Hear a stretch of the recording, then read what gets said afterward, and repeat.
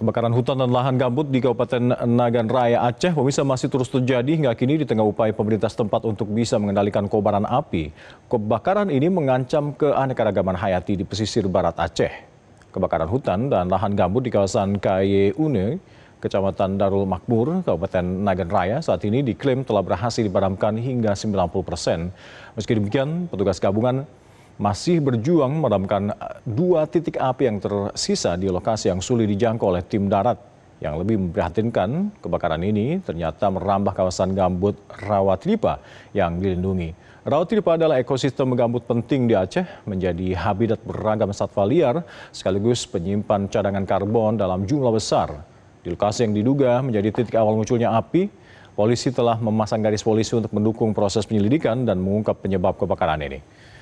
Tak hanya itu pemirsa, 2 unit alat berat jenis ekskavator ditemukan dalam kondisi hangus terbakar. Alat berat ini diduga sebelumnya digunakan untuk aktivitas pembukaan lahan perkebunan baru.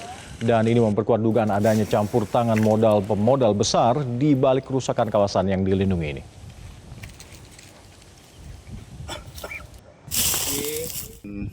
Saya sekitar 90 hektar. Ini lahan pengetahuan saya lahan GSM, lahan HGU, bekas HGU yang digarap sama masyarakat. Udah terulang, udah hampir 1 tahun.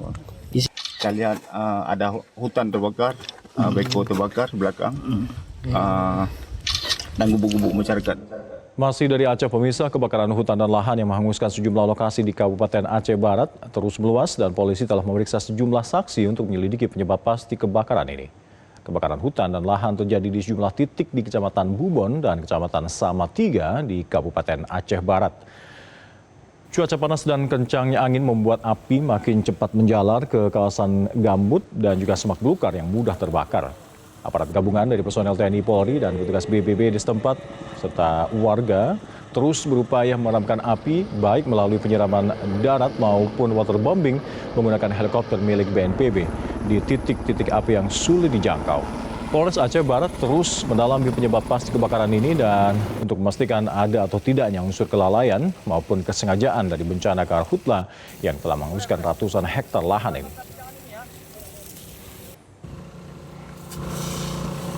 Berikutnya, kalau untuk giat penegakan hukum tetap kita laksanakan kegiatan penegakan hukum seperti yang di wilayah Kubon kemarin.